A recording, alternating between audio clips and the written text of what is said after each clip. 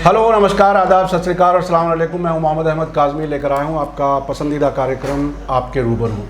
आज बहुत दिन के बाद महमूद प्राचा साहब से बात हो रही है। लॉकडाउन, उसके बाद उनकी अपनी मसरूफियात और जिस तरह से चैनल में बिल्कुल अकेला चला रहा हूं वो सब आपके सामने है। अभी एक बहुत बड़ा फैसला आया है दिल्ली की सेशन अदालत से, दिल्ली दंगों के बारे में। एक नासिर जिसको एक्यूज़ बनाने की कोशिश की गई थी, वो अब एफआईआर के लिए बाकायदा ऑर्डर हो गया। और उसके अलावा भी बहुत सी कामयाबियां मिल रही हैं नॉर्थ ईस्ट दिल्ली के फसादात की, जो फरवरी 2020 में डोनाल्ड ट्रंप की विजिट के दौरान हुआ था। वेलकम है महमूद प्राचा साहब आपका, मीडिया स्टार वर्ल्ड को आपने वक्त दिया। आप ये बताइए कि इस पूरे कोशिश में कई बार कभी ऐसा लगा कि ज़रा नीचे को गए, कभी ऊपर को तैरे। इस वक्त जो आपको ये ऑर्डर मिला है जिसमें बाकायदा दिल्ली पुलिस को लताड़ा है कोर्ट ने, वो क्या कुछ है, थोड़ा सा आप बताइए उसके बारे में।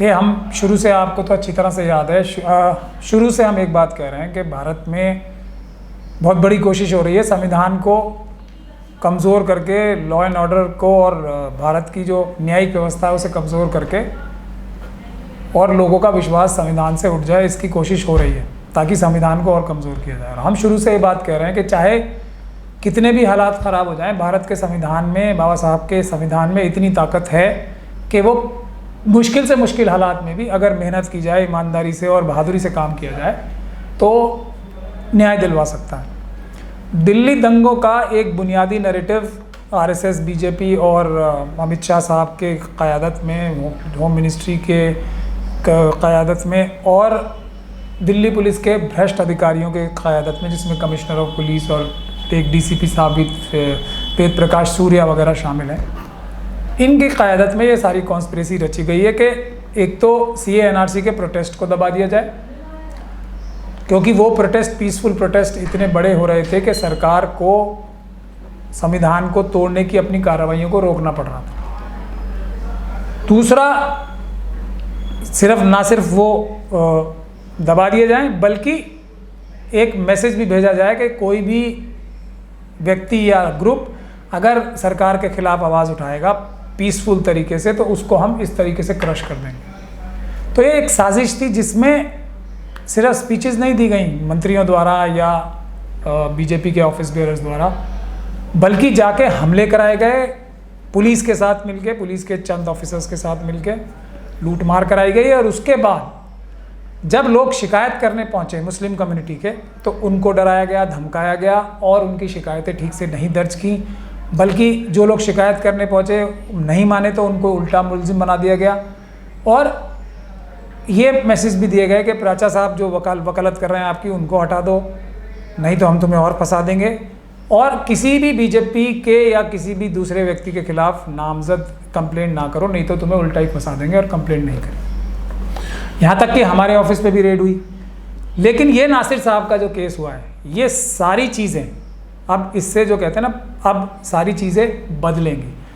अब अदालतों ने ये महसूस करना शुरू किया है, और जो यादव साहब ने ये ऑर्डर किया है, विनोद यादव साहब, लर्नेड एएसजे जो हैं हमारे स्पेशल कोर्ट राइट्स के, ये जो ऑर्डर किया है, इसमें 3-4 बातें अहम हैं।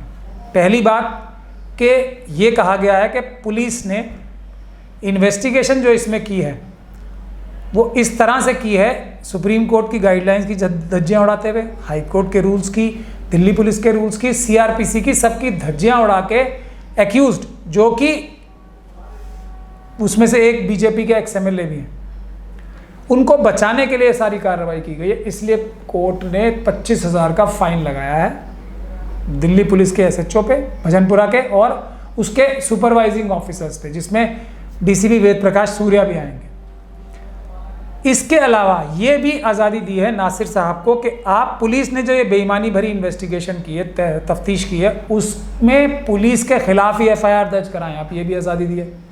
तीसरी ज़रूरी चीज़ और अहम चीज़ ये की है कि कमिश्नर ऑफ पुलिस को ये डायरेक्शंस दी हैं कि आप इस तरह की कोताहियाँ दोबारा ना हो, इस तरह के जुर्म पुलिस के द्वारा दोबारा ना हो, उसके लिए एक आप कोई पेशकदमी कीजिए और उसकी रिपोर्ट भी कोर्ट में दीजिए। तो ये 3 बहुत अहम चीज़ें हैं। और मैं ये समझता हूँ कि ये जितनी भी इस तरह की जो दंगे कराए जाते हैं या मॉब लिंचिंग कराई जाती है या झूठे मुकदमे टेरर के लगाए जाते हैं, ये इसका जो जवाब है सही वो यही है भारत के संविधान के तहत कि जो पुलिस ऑफिसर्स कानून की जद से बाहर जाके, संविधान की जद से बाहर जाके काम करते हैं अपने राजनीतिक आकाओं के दबाव में आके या किसी लालच में, उनके खिलाफ मुकदमे उल्टे दर्ज होने चाहिए, ताकि ऐसे अफसरों में एक कानून का और संविधान का डर पैदा हो कि अगर हम गैर कानूनी काम करेंगे किसी के भी दबाव में तो हम कल फंसेंगे। तो इससे देश का संविधान मजबूत होगा और देश की जो लॉ एंड ऑर्डर सिचुएशन है वो बहुत अच्छी होगी, और जो ऑप्रेस्ड क्लासेस हैं SC ST OBCs और माइनॉरिटीज़, उनके ऊपर जुल्म बहुत कम हो जाएंगे। अच्छा, जिस वक्त आप ये सब स्ट्रगल कर रहे थे, इसी बीच में कई और डेवलपमेंट्स हुए हैं। एक तो ये कि आप बहुत शुरू से होम मिनिस्टर अमित शाह जी का भी नाम लेते आए हैं कि वो उसमें इन्वॉल्व हैं। उसके अलावा जो लोग भड़काने वाले थे उनको बाकायदा मंत्री बना दिया गया है सेंट्रल गवर्नमेंट में। इसके अलावा जिस ऑफिसर का, पुलिस ऑफिसर का नाम आपने लिया जो साथ में खड़े हुए थे और वो धमकियाँ दी जा रही थी, वो खुद क्लेम कर रहे थे कि प्रेसिडेंट अवार्ड मुझे मिले। तो ये जो अवार्ड लेने देने का सिलसिला हो रहा था आपस में ही, वो क्या कहीं इस कानूनी लड़ाई से वो कहीं रुक सकता है क्या? नहीं, अब तो वही पैराडाइम शिफ्ट हो गया ना, एकदम सारी चीज़ उल्टी हो गई। जो अपने आप को बहादुर, ईमानदार और ऐसा आदमी बता रहे थे कि जिसने जानें बचाई, अब उसके खिलाफ तो फाइन लग रहा है, फाइन लग रहा है। दूसरी बात यह कि हमारी जो कंप्लेंट्स हैं, जिसकी वजह से हमारे घर पे भी रेड, ऑफिस में रेड की गई और दूसरी चीज़ें, जो पुलिस कोर्ट को गुमराह करके हमारे खिलाफ एक्शन ले रही है और हमारे क्लाइंट्स के खिलाफ एक्शन ले रही है, जो लोग डटे हुए हैं नाम और सबूतों के साथ, तो उसकी भी वजह बुनियादी यही है कि वो लोग जो गुंडे थे, वो लोग जो क्रिमिनल्स थे, वो लोग जो मजलूमों पे हमले कर रहे थे, वो अपनी छवि एक ऐसी बना के रखें कि उनको राष्ट्रपति का पुरस्कार मिले।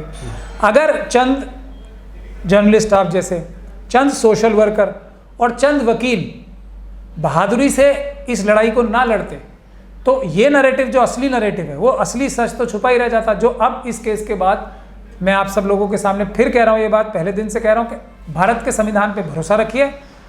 सब बेईमानियाँ, सब क्राइम्स, सब लोगों के, चाहे वो कितने भी बड़े ओहदे पे कोई भी बैठा हो, सबके सामने आएंगे।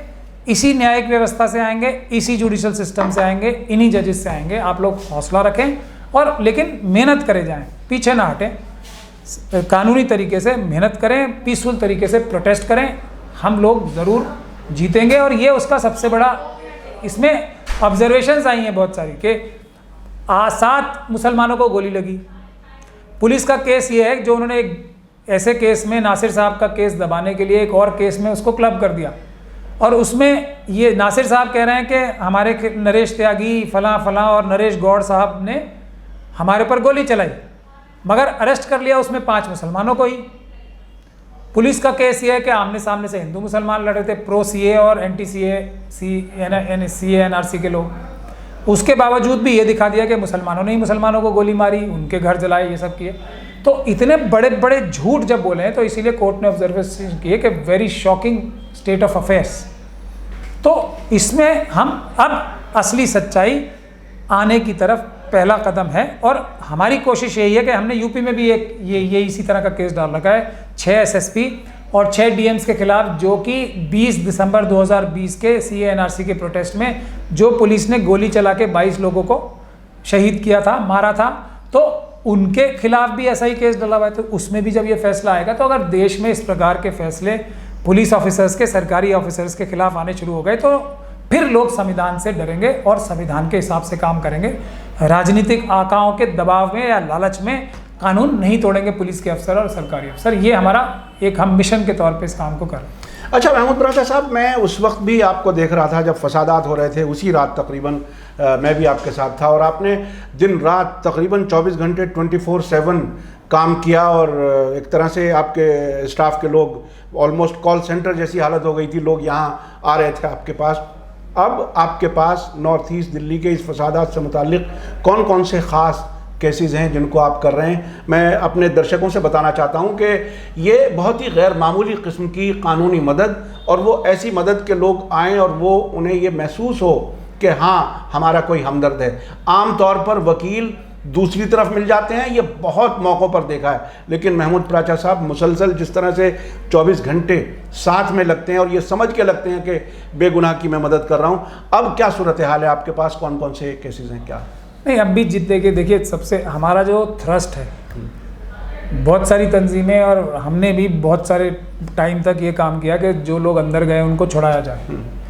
बाकी लोग भी काम कर रहे हैं, हालांकि अभी भी सबसे ज़्यादा केसेस हमारे पास ही हैं, लेकिन हमारा पूरी ताकत इस बात पे लगी हुई है कि हम बेल दिलवाएं, बरी कराएं लोगों को, उनको कॉम्पनसेशन दिलवाएं, घरों को बनवाएं।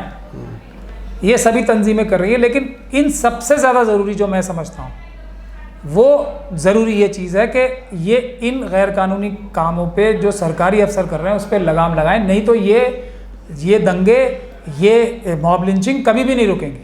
पुलिस अगर ठीक से काम नहीं करेगी तो ये चीज़ें रुकने वाली नहीं है। तो हम इस पे ब्रेक लगाना चाहते हैं, उसके लिए हम ताकत लगा के काम कर रहे हैं। हमारे पास दर्जनों केसेस ऐसे हैं, नासिर साहब जैसे अभी भी, और आप लोग सब जल्दी देखेंगे कि उसमें भी रिजल्ट्स आएंगे। जो एक एक प्रॉमिस हमने आपसे किया है कि इसके तार अमित शाह साहब तक जाएंगे, तो हम सारे प्रॉमिसेस पूरे करेंगे। भारत के संविधान में इतनी ताकत है, बाबा साहब ने बनाया है ये संविधान, हम सबको ये समझना चाहिए। अच्छा, 2002 में जो गुजरात फसादात हुए थे उसके बाद शायद पहली बार था कि कुछ लोगों ने कानूनी कार्रवाइयाँ की थीं, और उस वक्त कहा जा रहा था कि उसके बाद काफ़ी दिन फसादात नहीं हुए। अभी जो ये 2020 वाले फसाद जो दिल्ली के हैं, उसके बाद आप क्या कुछ देख रहे हैं? अगर ये कानूनी लड़ाई इसी तरह से लड़ी गई तो आगे क्या कुछ अब ख़ुद मुसलमान और जो सेकुलर जहन के लोग हैं वो क्या करें, और क्या कुछ है, आप फ्यूचर में क्या देख रहे हैं? क्योंकि एक तरफ वो जो फिस्ताई ताकतें हैं वो मुसलसल नफ़रत की कहानी बार बार कर रही हैं। अभी उत्तर प्रदेश के इलेक्शन आने वाले हैं, उसके बारे में भी कहा जा रहा है कि शायद उससे पहले फसाद हो। तो क्या कुछ लोगों को एहतियात करनी चाहिए, किस तरह से वो तैयार रहें सिचुएशन को फेस करने के लिए? देखिए, दिल्ली में जो हुआ, प्लानिंग जो हालात से नज़र आ रही है उससे भी बहुत बड़ी थी। मुझे ये बात अपने मुंह से नहीं कहनी चाहिए कि, लेकिन अगर हमारा ऑफिस नहीं होता और हमारा ऑफिस वक्त पे, मौके पे ही सब जगह पिटीशंस लिख रहा था, सब जगह यहाँ मजलूमों को, सैकड़ों मजलूमों की कंप्लेंट्स NHRC में प्राइम मिनिस्टर को, प्रेसिडेंट को वक्त पे भेजते जा रहे थे ताकि वक्त से कंप्लेंट, टाइमली कंप्लेंट होती रहे, तो शायद गुजरात के जो रिज़ल्ट्स आए हैं, गुजरात में जो हुआ है, मैं उससे बहुत ज़्यादा मुतमईन नहीं हूँ, बल्कि बहुत मुझे उससे नाउमीदी भी हुई है।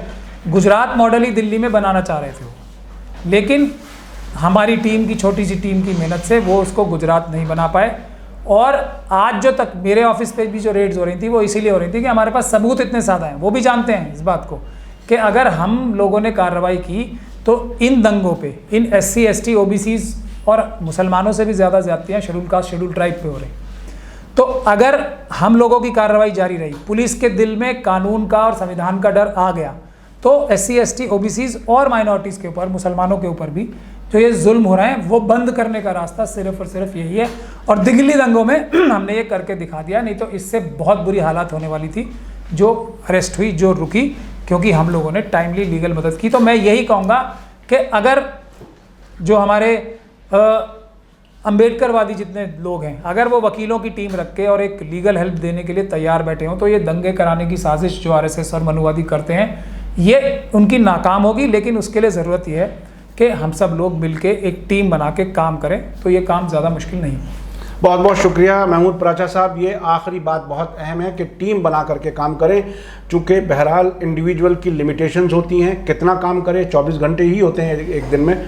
बहरहाल ये बहुत ही अहम आपने एक तरह से मशवरा दिया, और मनुवादियों के ख़िलाफ़ बाकायदा अम्बेडकरवादियों को इकट्ठा होकर लड़ना पड़ेगा अपने हक़ हासिल करने के लिए। बहुत बहुत शुक्रिया। इसी के साथ मुझे दीजिए इजाज़त। धन्यवाद, शुक्रिया, जय भारत, जय हिंद।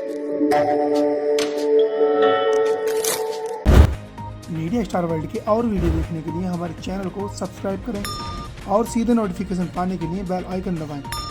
और अगर हमारी खबर सच्ची और अच्छी लगे तो अपने WhatsApp, Instagram, Facebook और Twitter अकाउंट पर ज़रूर शेयर करें।